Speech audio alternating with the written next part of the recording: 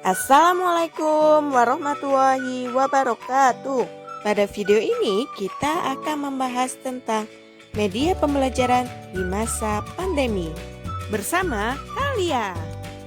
Pembelajaran di rumah karena wabah COVID-19 sudah terlaksana hampir 6 bulan lamanya. Sudah lama juga ya. Selama 6 bulan kemarin, apa saja sih yang sudah kalian lakukan? Selain belajar, pasti kalian menghabiskan waktunya untuk aktivitas yang lain, seperti sibuk bermain di media sosial atau jangan-jangan sibuk goyang TikTok nih.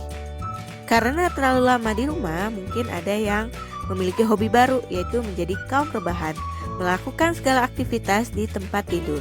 Walaupun selama 6 bulan kemarin kita belajar di rumah, seharusnya kita dapat memanfaatkan waktu luang tersebut untuk melakukan hal-hal yang bermanfaat.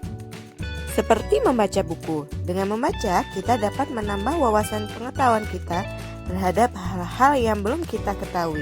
Bagaimana perasaan kalian ketika harus belajar di rumah? Pasti ada yang stres duluan ketika gurunya mengirimkan tugas yang terlalu banyak. Pasti ada yang kebingungan. Bagaimana caranya menyelesaikan soal tersebut? Ketika di sekolah, kita bisa bertanya kepada teman. Tapi ketika kita belajar di rumah, kita jadi tidak bisa bertanya kepada teman.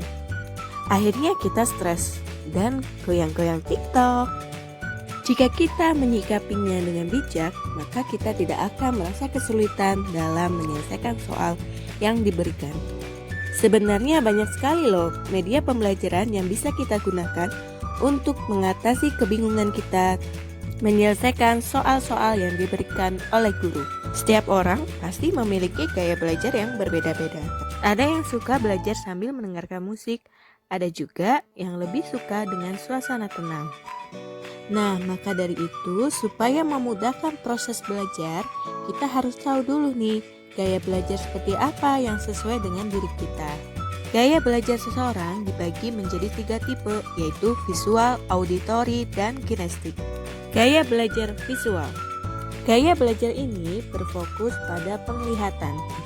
Nah, bagi kalian yang memiliki gaya belajar visual, bisa belajar dari gambar maupun video yang menarik sehingga kalian dapat memahami materi yang disampaikan. Untuk mencari video yang menarik bisa melalui YouTube atau searching aja channel Mulyaningsih.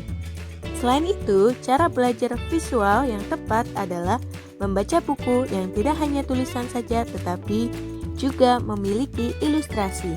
Media pembelajaran yang bisa digunakan seperti blog, Facebook, Instagram, Twitter, dan media lainnya. Bagi kalian yang ingin mendapatkan materi yang menarik, bisa kunjungi blog berikut. Gaya belajar auditory. Gaya belajar ini mengandalkan pendengaran sebagai menerima informasi dan pengetahuan. Cara belajar yang tepat untuk auditory yaitu apabila membaca buku bisa sambil diucapkan dengan suara pelan untuk lebih mengingatnya. Gaya belajar kinestik. Biasanya orang yang memiliki gaya belajar kinestik itu lebih mudah mempelajari sesuatu, tidak hanya sekedar membaca buku tetapi juga mempraktikannya. Cara belajar yang tepat untuk kinestik yaitu belajar sambil melakukan aktivitas yang melibatkan gerakan. Walaupun belajar di rumah, kalian harus menentukan gaya belajar yang tepat agar memahami materi yang disampaikan. Terima kasih yang sudah menonton video ini ya. Wassalamualaikum warahmatullahi wabarakatuh.